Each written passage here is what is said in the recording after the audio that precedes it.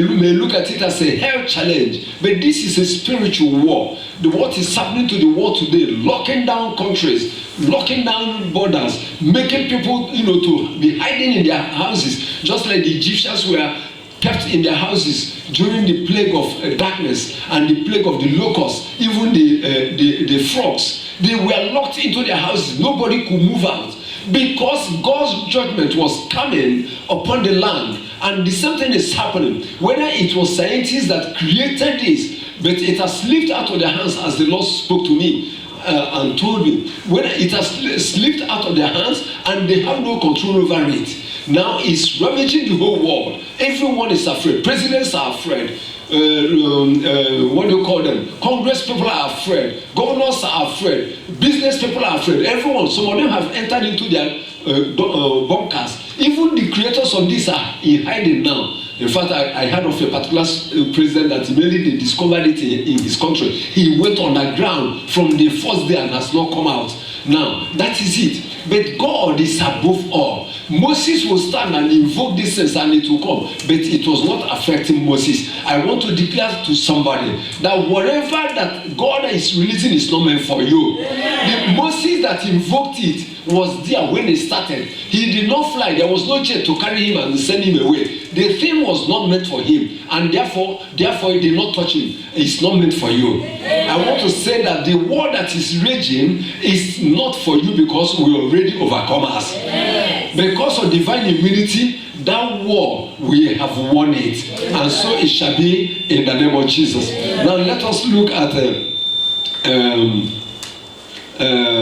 Revelation chapter 7, please. Let's look at Revelation chapter 7 and take it from verse 1.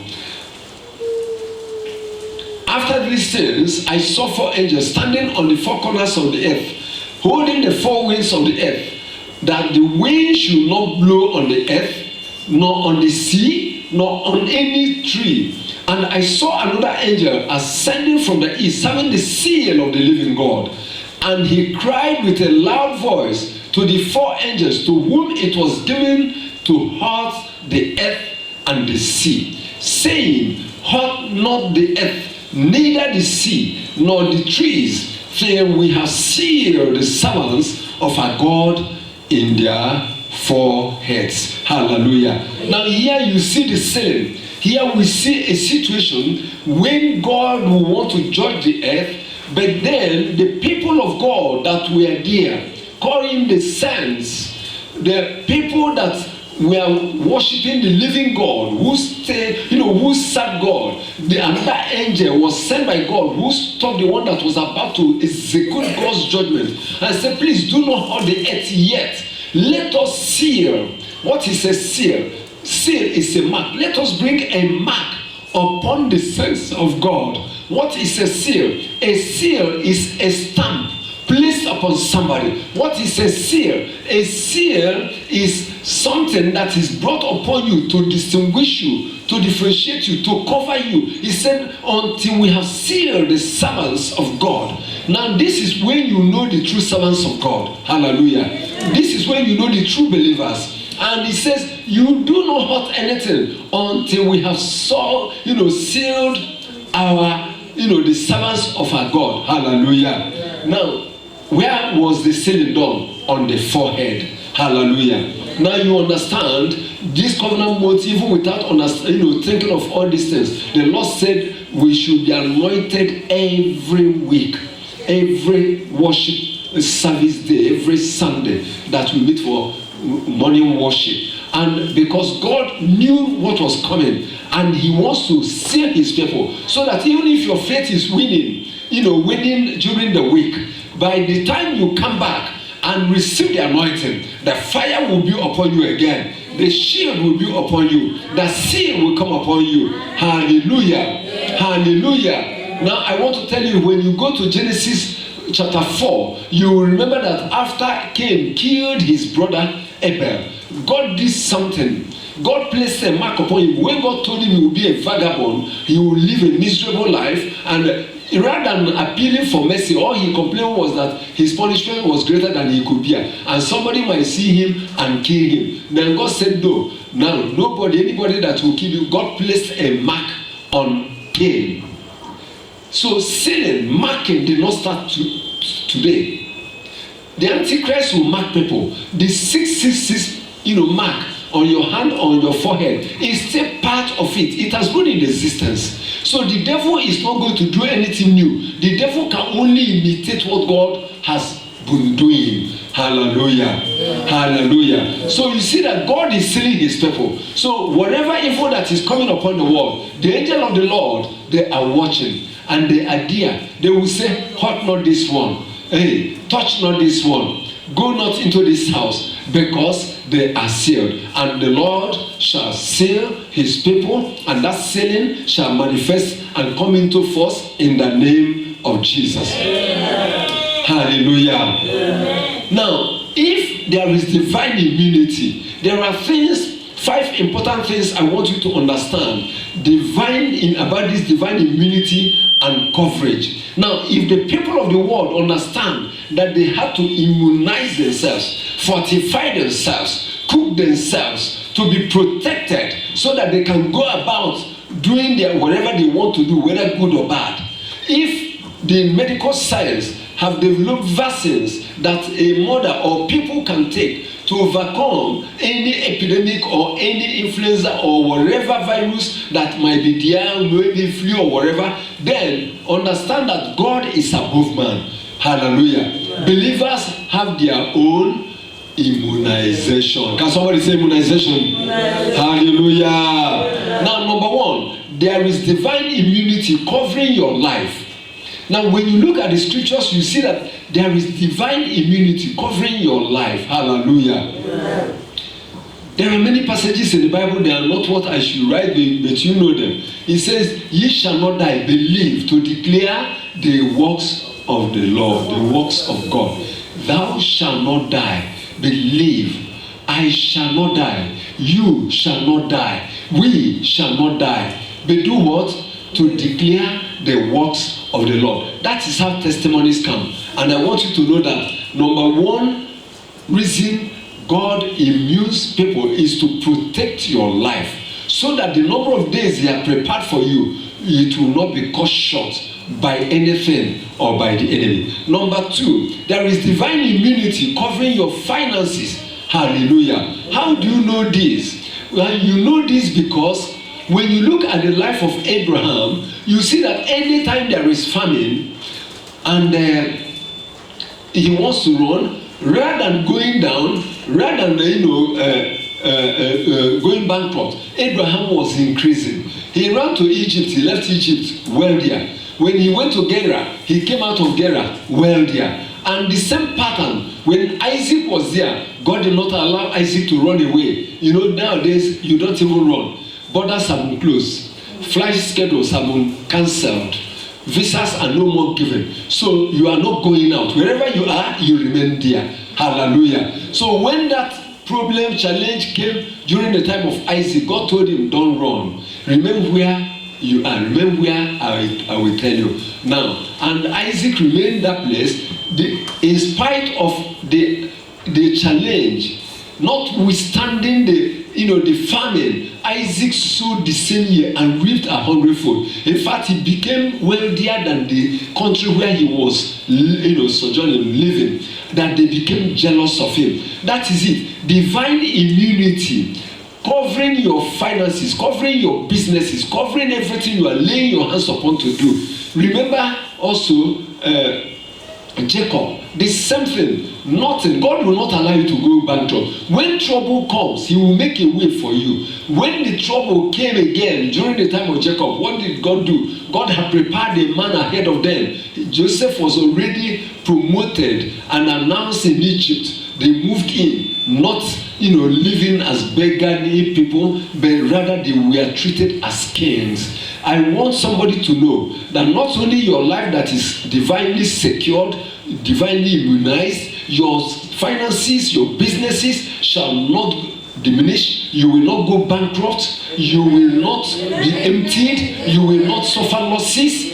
No matter what happens, there is divine security. There is divine immunity for those that believe in the Lord. Number 3, divine immunity covering your health. Hallelujah. I will just take it simple. Remember that our Lord Jesus said, if you drink any deadly thing, it shall not hurt you. Now, sometimes, it might not be only drinking. One may eat something and it becomes food poisoning or becomes charm. So if you eat or drink any deadly thing, they shall not hurt you. That's immunity. That's security. That's divine insurance. Your life has been insured. Hallelujah. So we see that your health is already insured. What is destroying other people's health will not destroy you. What is killing other people, you drink it, you will not die. Hallelujah. Number 4, there is divine immunity covering your family. Oh, he said, no evil shall befall thee, neither shall any scourge come nigh thy dwelling. That is it. Divine immunity, it covers your family. That's why in a family, find out somebody who is faithful to God, somebody who is walking in righteousness, somebody who is well connected, somebody who is walking with God in covenant, and somebody who is in a living place. You don't fear what others fear. You don't suffer the threat, the attacks of other people. Your family is highly protected. Your family will be protected because of you. Hallelujah. Yeah. Why is Israel distinguished today? Because of their great-great-grandfather, Abraham. The covenant he had with God.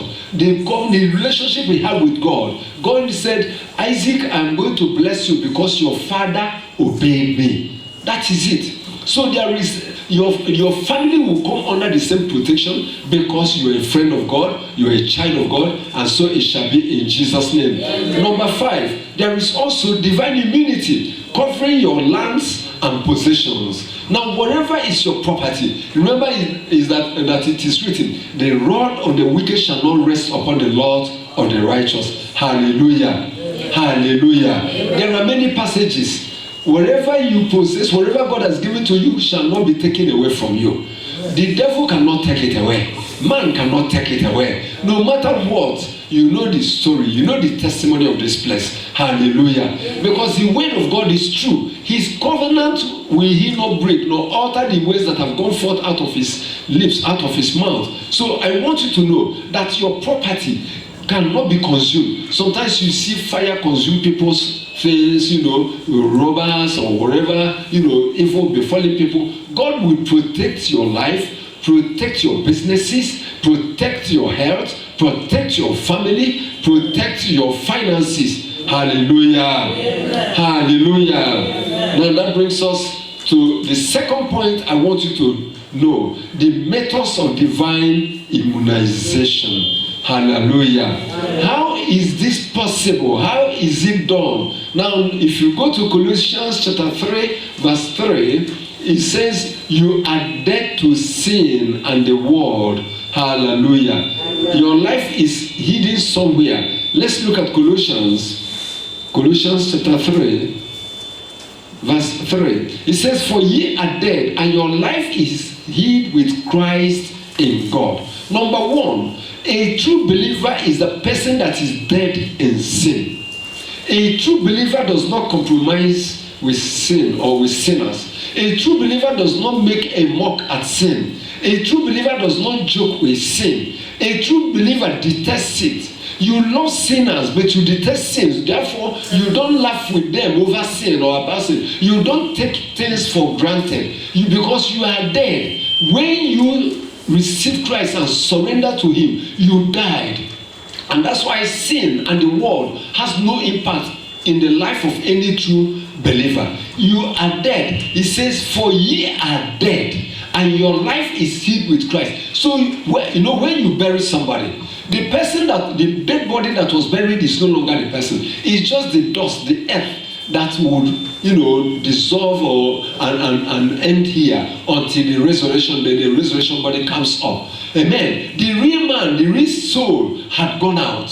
So it says, you died to sin, now you are hid with Christ. Now that is it. That's how you get immunized. It is important that you must be careful to give your life to Christ. That's why I take time before I minister to anybody, I will ask you questions to be sure you are really born again. You may get a miracle, receive signs and wonders, get breakthrough. If you are not born again, if you are not saved, listen to me, all those things will be useless. On the last day, you will mourn. But when you have received Christ and you are dead to sin, you are dead to the things of this world, you see that you have become immunized. Hallelujah. Because what is destroying the dead, those that are alive to sin and whatever, cannot see you. When the devil comes around, you say, no, the man is not there, because the person is already dead.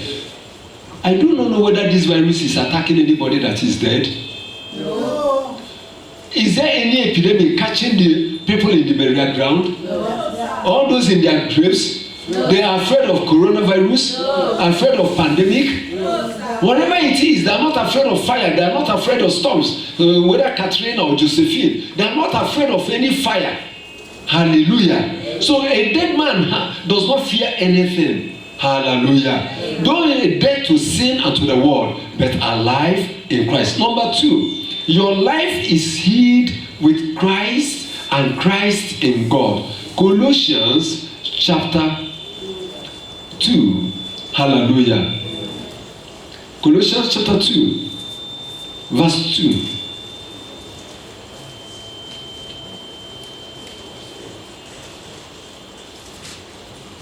Sorry.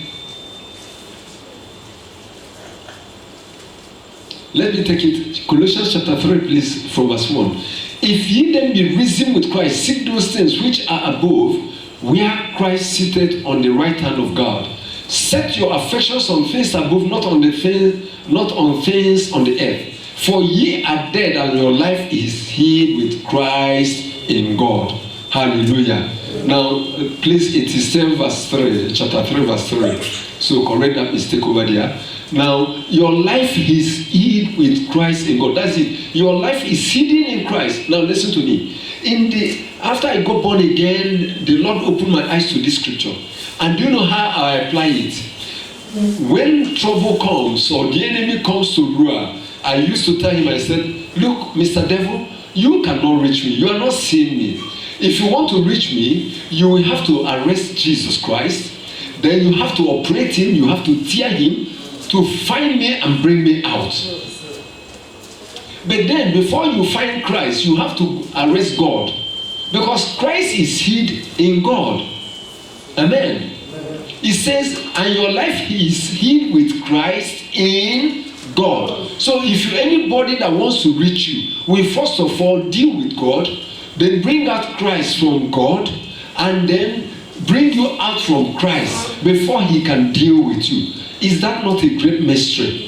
Is that not enough security? That your life is hid inside of Christ. Then Christ is hid inside of God. So whoever wants to reach you will first of all go to God and say, God, come. I want to bring out Jesus Christ. Now, you arrest him and then operate him and whatever. Then you bring out Jesus. Then you operate on Jesus, tear him, and then bring out the believer. Is that possible? No. It's not possible. No man, no demon can do that. Because your life is hid. Now, to be hid means to be hidden, to be secured, to be covered, to be, sealed, to be buried inside of Christ, inside of God. Can somebody shout hallelujah? Hallelujah! Amen. So, number 3, okay, let us look also at Romans chapter 6. Romans chapter 6, verse 4. Therefore, we are buried with him in baptism into death, that like as Christ was raised from the dead by the glory of the Father, even so we also should walk in newness of life. Now, the first sentence or the first statement is what we are taking there. Therefore, we are buried with him by baptism. Now, this is why you must be properly baptized. If you're giving your life to Christ, you must be properly baptized. Baptism is by immersion. Immersion means burying you under the water. Now, that is your burial ceremony. The Christian baptism is your burial ceremony. So he said, you are buried with him. Buried buried with Christ through baptism, by baptism. So that's why every child of God, every person that calls himself a believer must go through the scriptures, must accept or walk in obedience according to the scriptures. Baptism is what says it. Baptism is the announcement of your obituary. Baptism is the announcement of your death. Baptism is the announcement of your funeral service. Baptism is your funeral, wherever. Amen. The day you were baptized, buried in water, that was the day the old man, died. And that's as you rise up from the water. That's how you rise into new life. Then when coronavirus comes, looking for that old one, it has been buried and cannot be found. And the new man is hid in Christ. So you are nowhere. Remember the testimony of the man. The devil will always come to give him battles. And then by the time Jesus took over his life completely, the next time the devil came and knocked at the door, and he went and opened the door, he was expecting another battle. But before he could start to fight and struggle with the man, he saw somebody behind. When he looked, he said, sorry, wrong address. Missed the number. It's not here. Because Christ is there. Hallelujah. The Lord will appear when any evil wants to approach you.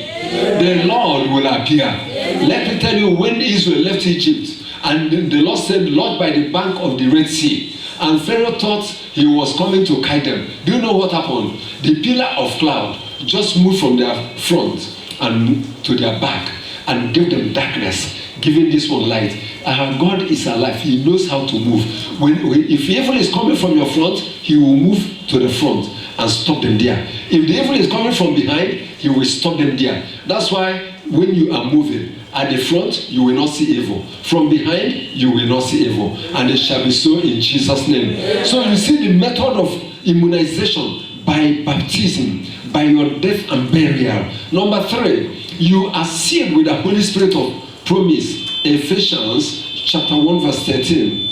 Ephesians 1:13. Praise God. In whom ye also trusted, after that ye had the word of truth, the gospel of your salvation, in whom also after ye believed, ye were sealed with that Holy Spirit of promise. The Holy Spirit is God's sealing. Now that's why you must be careful. You must be sure that you have the true spirit, the genuine spirit, the Holy Spirit of God. Not just that you are talking with tongues. Many people talk with tongues. I remember before the Pentecostal, church became popular in the early 70s. There were churches that were speaking with tongues. Spiritual churches, all these white garment occultic churches, they spoke with tongues. So it's not tongues. Does not mean anything. But you must, when the Holy Spirit is there, he is your seal. Is that one that God is using to seal you. Hallelujah.